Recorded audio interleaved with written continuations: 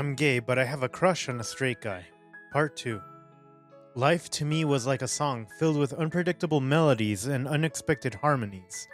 I was the lead singer of Dirty Soda, a three-boy band with Marco, the drummer, and Seven, the guitarist, and I was about to take the stage for a journey I had never anticipated. I always assumed that as long as I had the spotlight, everything would fall into place. But that's the thing. Sometimes we get too occupied with things going on with ourselves that we lose sight of the things that go on around us. My heart pounded like a drum solo as I stood on that stage, the spotlight casting a warm glow on my sweaty skin. The roar of the crowd, our fans who had gathered to watch us perform, echoed through the air, filling the room with so much energy. It was the night I'd been waiting for. The night I'd rehearsed tirelessly for. Not just for our fans, but for one person in particular. Alex. I had met Alex on social media months ago, and we slowly became real good friends. He had a way of making me feel special, understood, and cared for. I used to think that jocks only cared about themselves, but Alex proved me wrong. If he didn't tell me he had played football, I would have never suspected. I particularly enjoyed conversations when he could be vulnerable with me. He confided in me about his struggles to make it into the campus sports team. The weight of expectations, the grueling tryouts, and the fear of failure weighed heavily on his shoulders. It was in those moments of vulnerability that our bond deepened. I couldn't shake the feeling that there was more to our connection than just friendship. The affection I felt for him was undeniable, and it was impossible to believe that he didn't feel it too. So when I finally mustered up the courage to invite him to our show, I was overwhelmed with shock and happiness when he accepted. The mere thought of Alex sitting in the audience, watching our performance, felt like a dream come true. I was both excited and anxious, my heart racing at the prospect of finally confessing my feelings. As the final notes of our performance faded away, the stage lights dimmed and I descended from the platform, my heart pounding louder with each step. I scanned the audience, my eyes finally locking onto Alex. But my heart sank as I saw him hand in hand with a girl, and they looked oddly intimate. It was as if my heart had been torn out and handed to me, still beating, only to be crushed in my hands. The moment had vanished, like a wisp of smoke in the wind. Anthony, my friend, approached me, concern written on his face. His voice was soft, but I couldn't bring myself to engage. I was too heartbroken to speak, too consumed by the sight of Alex with another. I walked away fast, trying to avoid everyone, but it seemed like that too was impossible. Finn, what's wrong? You were on fire out there. Where are you going? Marco asked me. My voice cracked as I replied, I need a moment, Marco. Just give me some space. Tears glistened in my eyes as I found the quiet corner backstage. My phone buzzed and I quickly glanced at the messages. There they were, several notifications lighting up my screen from different people, including my friends. My heart raced as I saw Alex's name on the screen. Hey, I saw you a while back. Are you okay? His message read. I typed my response carefully, my fingers trembling. Yeah, I'm sorry. I just feel a bit off for a while there. Can we meet away from all this? I hit send, hoping for a positive reply. Almost instantly, my phone lit up with Alex's message. Yeah, sure. Let me just drop off my girlfriend at the hotel, and we can hang out. My heart sank like a stone in my chest. The mention of his girlfriend felt like a punch to the gut. How could have I missed this crucial detail? Why was life always so complicated? Determined to see Alex and clarify my feelings, I decided to take matters into my own hands. As I arranged to meet Alex at a nearby park, a sense of urgency and nervous excitement filled me. I couldn't let my friends Marco, Anthony, and Seven know about this meeting, so I came up with a petty excuse, telling them I wasn't feeling well. I met Marco and Seven first. My face must have betrayed the anxiety I was feeling. They exchanged concerned glances and asked if I was okay. I assured them that it was nothing serious, just a minor stomachache. They suggested I take some rest, and then, with feigned reluctance, I agreed. Guys, I'll just head home and rest for a bit, I said, trying to sound as casual as possible. I'll meet you later, okay? They gave me understanding nods and told me to take care. I knew they had no reason to doubt my story, and I was grateful for their concern.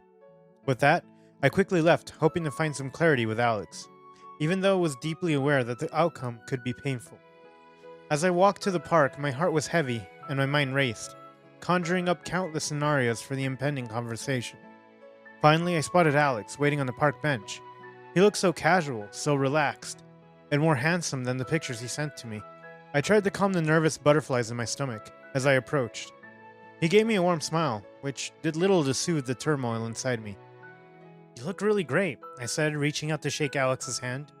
He looked at me strangely and pulled me into a hug. "Your show was awesome, man. You killed it. Thank you for inviting me. I had a really good time," Alex said. We pulled away and settled on the bench. An awkward silence hung between us like an invisible barrier.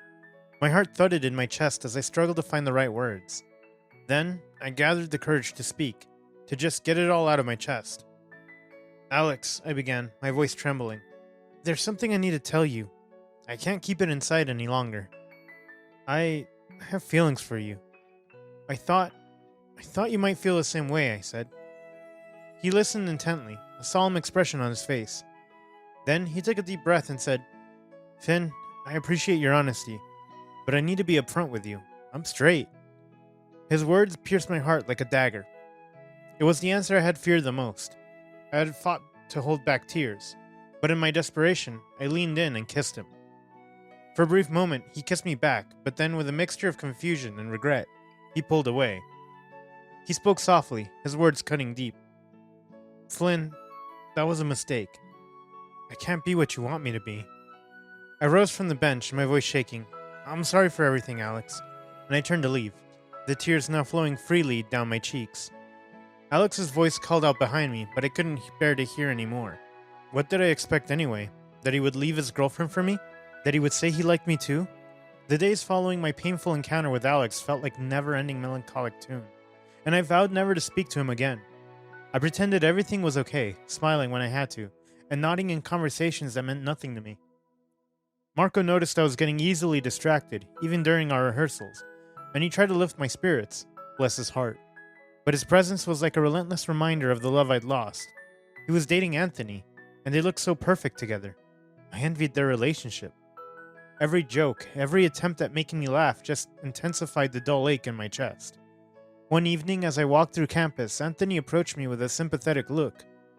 "Flinn, you know I'm here for you if you ever want to talk. We noticed you haven't been yourself lately, and it's been ever since the concert. Did anything happen?" Anthony asked gently. I brushed his words away with a forced smile. "My crush didn't show up, Anthony. That's all there is to it. No need to overthink it," I lied. Anthony leaned in, his voice softer. "You know, my best friend actually came to the concert. He was wearing that baseball hat you mentioned." I waved it aside with a dismissive gesture, my heart heavy. "Anthony, baseball hats are common. It's probably just a coincidence. I appreciate your concern, though," I told him.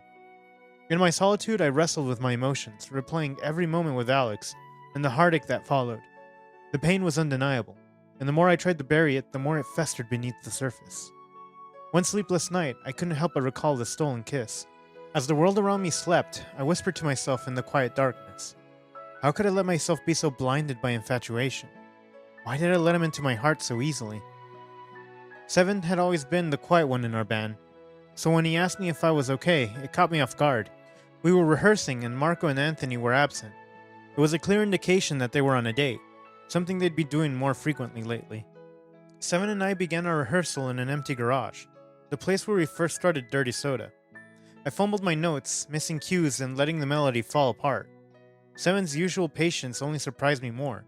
He didn't utter a single complaint. Instead, he simply nodded as we started again. After a few more stumbles, I finally gave in to my frustration and took a seat.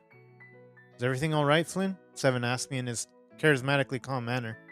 I sighed heavily and shook my head. "I'm sorry, Seven. I'm just not in the mood today," I replied.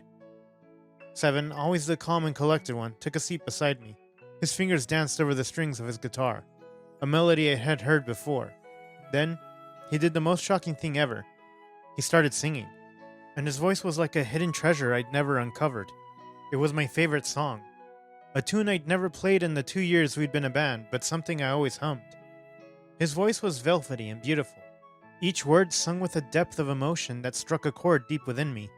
Seven knew the lyrics word for word, and as he sang, his eyes never left mine.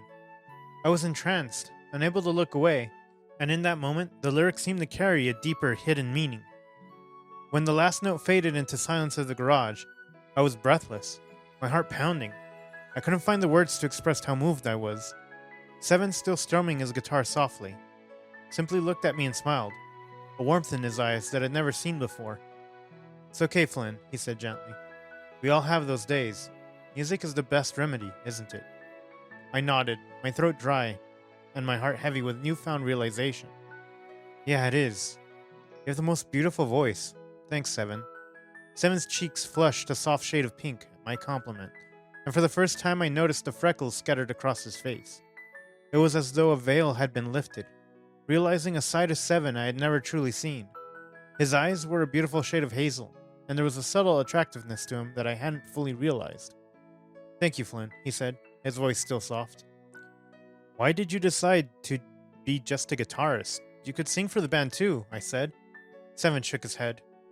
"I'll tell you someday. I've been watching you, and I can't stand seeing you like this. You deserve to be happy. I don't know what's going on with you, but I need you to know that I'm here. You can always talk to me. You know that, right?" Seven asked me. I nodded. I couldn't hold it in anymore. I opened up to him about my crush, how I thought he was the only one, and how I couldn't seem to get over the heartbreak. Seven's expression was pensive, and he listened to everything I had to say. When I finished, Seven held my hand. "Have you thought about putting it in a song? Look, it doesn't have to be something we'd present, but if it helps you heal, I'd like to help you. We can start right now. Pour everything out, and don't leave anything unsaid, okay?" he suggested. I was taken aback by his offer, but also touched by the genuine care that he showed. It was a brilliant idea, a way to channel my emotions into something beautiful, with Seven by my side. It felt like the perfect therapy. Nodding, I agreed. "You're right, Seven. Let's do it. I'll lay it all out. Every emotion, every heartbreak in a song." We grabbed our instruments, and together we began to create a melody. It was far from perfect, but it was everything. As the music flowed, my heart began to unburden itself, and I felt good. As the days went by, Seven and I began talking more often. It wasn't easy, given his job, which often left him with limited time. We cherished the moments during our rehearsals, which he sometimes struggled to make, but each encounter left me feeling a bit better. I found myself wishing that Marco and Anthony would go on a date, just so I could have some alone time with Seven. One evening, after a particularly long and intense rehearsal, Seven and I decided to grab a bite to eat. We sat in a cozy diner, and I was genuinely surprised when he ordered my favorite meal without me saying a word. "How did you know I love tacos?" I asked, my eyes wide with amazement. Seven chuckled softly, his eyes sparkling with a hint of mischief. "Lucky guess, Flynn," he shrugged.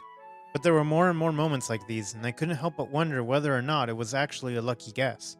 It seemed impossible that Seven could know so much about my likes and dislikes without having an uncanny ability to read my mind. And then I realized that Seven had always been like this. One sunny weekend, months ago, we decided to take a stroll through the local park. We found a hidden corner surrounded by wildflowers, where we sat down, enjoying the tranquility. Out of the blue, Seven pulled out a bag of my favorite snacks, the same ones I used to munch on during long recording sessions. I raised an eyebrow, half in disbelief, and half in amusement. "Seven, how did you know I love these snacks?" He laughed, looking somewhat sheepish. "I might have overheard you once when you mentioned it to Marco." I grinned, secretly delighted that he paid so much attention to what I said. "You're quite the detective, aren't you?" There was another time we decided to catch a late-night movie at a cozy cinema.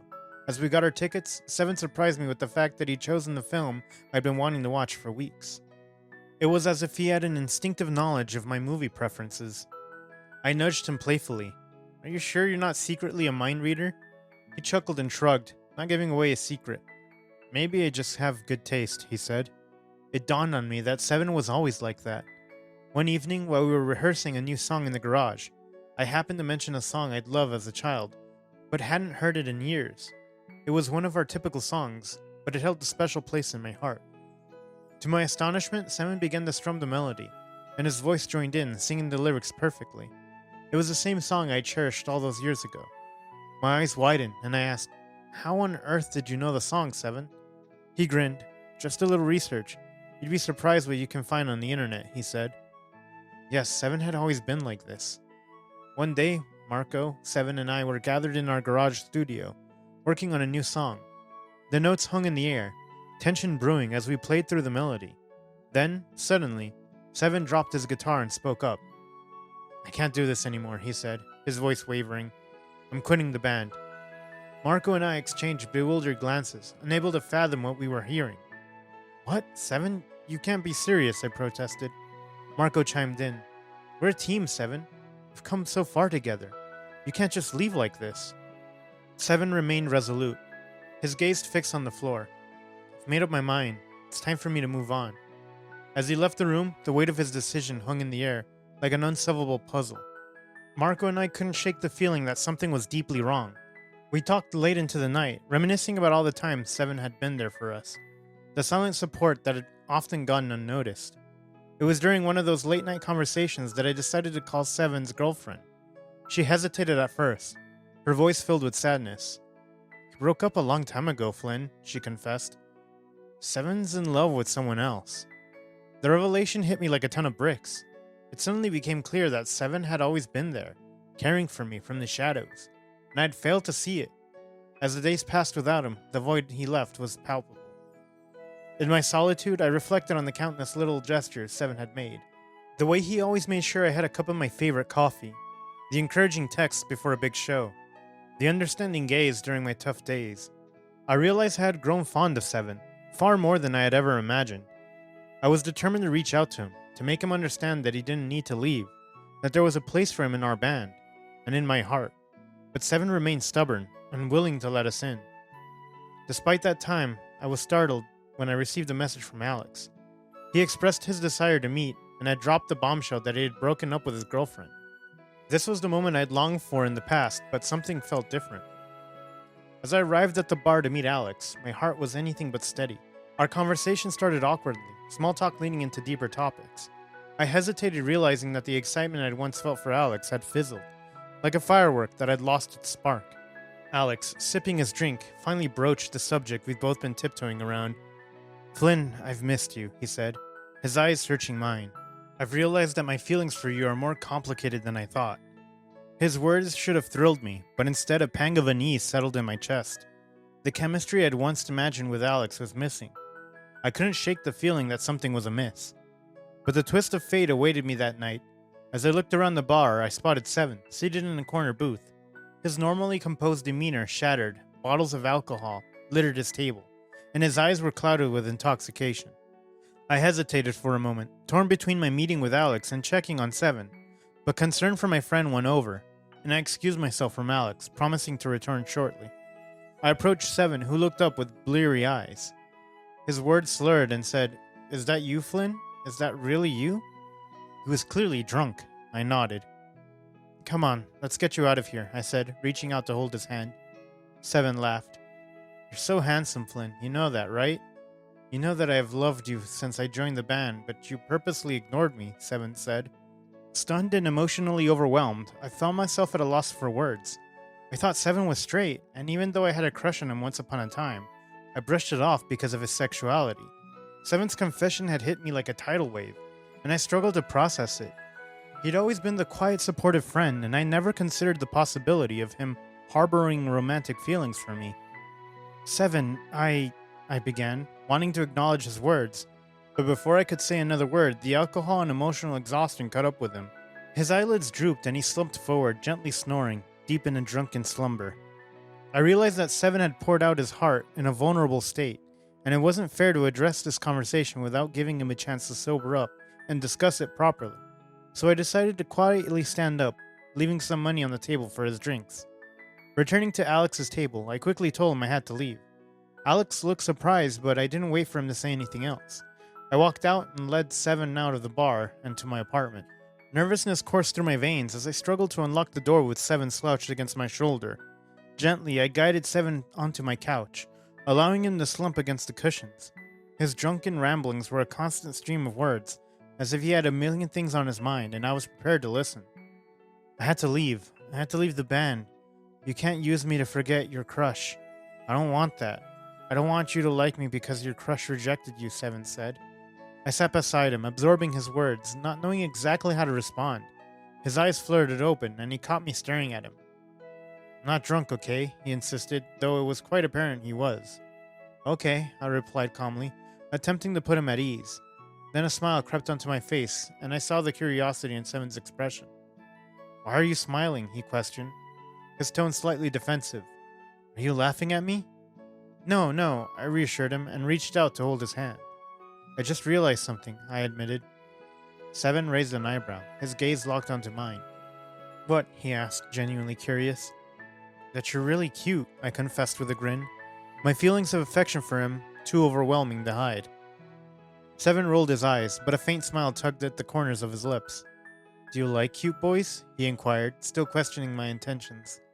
A lot, I responded, my voice filled with sincerity. Without further hesitation, I leaned in and pressed my lips against his. Please come back to the band. We really miss you. I miss you, Seven, I pleaded. I'll think about it, Seven said.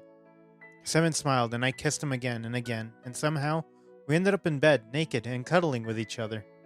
The next day, I told Alex I didn't have the feelings for him anymore, and I would have never expected the reaction I got. He threatened to bring down our band in revenge. I finally told Marco, Seven, and Anthony because I didn't know the severity of Alex's threat. Wait, he said what? Anthony asked.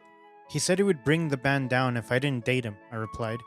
We watched Anthony as his eyes widened.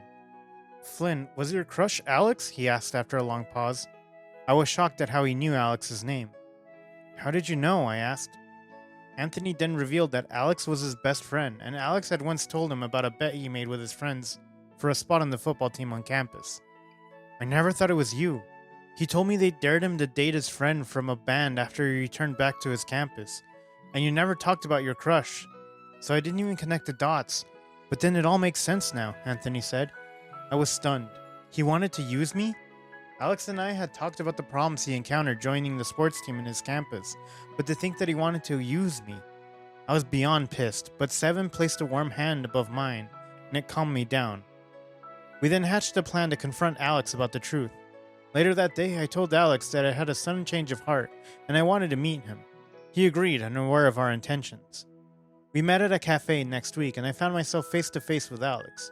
To a surprise, Anthony came along. What's going on? Why is Anthony here? Alex asked, surprised. I took a deep breath, ready to reveal the extent of our friendship, but Anthony stepped forward, his voice firm. Alex, Flynn and I are closer than you know. You know that app you recommended last time? Yeah, that's how we met. I can't believe you would go so low. You're my best friend, but I'm looking at you and I'm not so sure anymore, Anthony said. Alex looked caught off guard, his bravado suddenly deflated. He began to realize the gravity of his actions and the consequences they might have on his relationship with us and the band. If you do anything to harm the band, our friendship is over, Anthony said firmly. Before we knew it, tears filled Alex's eyes. I messed up big time. I'm so sorry, Flynn. I'm sorry, Anthony. I didn't think things through, and I never meant to hurt you like this. I just wanted to be part of a team, and it was so hard. I didn't know what else to do. I'm so embarrassed that I took it this far. I swear I was just bluffing. I wouldn't have done anything, Alex said. Alex turned back to me, his eyes filled with remorse. I'm so sorry, Flynn, he whispered. Anthony rushed to console Alex. But I walked out, but not before telling Alex that I forgave him. We could never truly go back to how things were, but we could, at the very least, forgive and move forward. Seven and I continued our journey together, finding happiness in each other's presence. We were inseparable, and the bond between us grew stronger with each passing day. I had to tell Seven that I loved him, and the best way I could think of was through a song. For 3 sleepless nights, I poured my heart and soul into crafting the perfect love song, every chord and verse resonating with the depths of my affection. The day came when I was to play the song for Seven. I nervously awaited our meeting, guitar in hand, but as I arrived at our designated spot, I was met with an unexpected surprise. Seven had wrapped a gift for me. I stood there in shock at the coincidence. Our intentions to express our love through thoughtful gestures had collided, and it felt like fate had intervened. I stammered, I wrote a song for you. Seven's eyes lit up. Oh, you did? He asked. With my heart pounding, I began to strum the chords, my voice trembling with emotion. The lyrics of the song carried my deepest feelings, echoing the love that had grown between us. As I sang, Seven pulled me closer, and our lips met in a sweet, passionate kiss. I am madly in love with you, Seven, I said. I'm madly in love with you too, Flynn, he replied. Do you know why I chose to be just a guitarist for the band? I shook my head. Because I get to watch you. I get to watch you pour your heart out in song, and it's one of the best feelings ever, Seven said. My cheeks stained red, but I sighed. But you've still not decided to come back to the band, I said. Seven urged me to open the gift he had prepared. As I unwrapped it, my heart dropped. Inside, I found a framed photograph of Marco, Seven, and I taken during our first concert ever. Tears of joy welled up in my eyes as I embraced Seven. "You're back," I yelled. "I really missed the band," Seven said. With Seven's return, the band was once again complete, and it marked the turning point in our journey. We decided to rename ourselves Clean Soda, a symbolic rebirth of our music and our relationships. One day, we decided to surprise Marco and Anthony with the news. When we finally revealed that Seven and I were together, their jaws practically hit the floor. Marco couldn't resist cracking a joke. "Wow, Flynn, did you run out of lyrics, so you decided to find a new way to harmonize?" he asked. Anthony chimed in with a grin. "So this is what happens when you mix love and melodies. Clean Soda gets a sweet twist." We all shared in the hearty laugh, knowing that our new dynamic would only make our music richer and our bond even stronger. Our journey was far from over, and we couldn't wait to see what the rhythm of life would take us next. In a light-hearted moment, we decided to celebrate the occasion. Marco and Anthony suggested a double date, and we couldn't resist the idea. We spent a delightful evening, sharing stories and laughter over dinner. It was a heartwarming moment to see our close-knit group expanding to include the new dimension of love. The bond between us was stronger than ever, and Clean Soda was no longer just a band. It was a family of friends and lovers, united by the love of music and each other. The end. Have you ever discovered hidden feelings from someone who was always there in the background, like Flynn did with Seven? Share your experiences in the comments down below. Thanks for watching. Consider subscribing to become part of our Rainbow Force, and stay wholesome.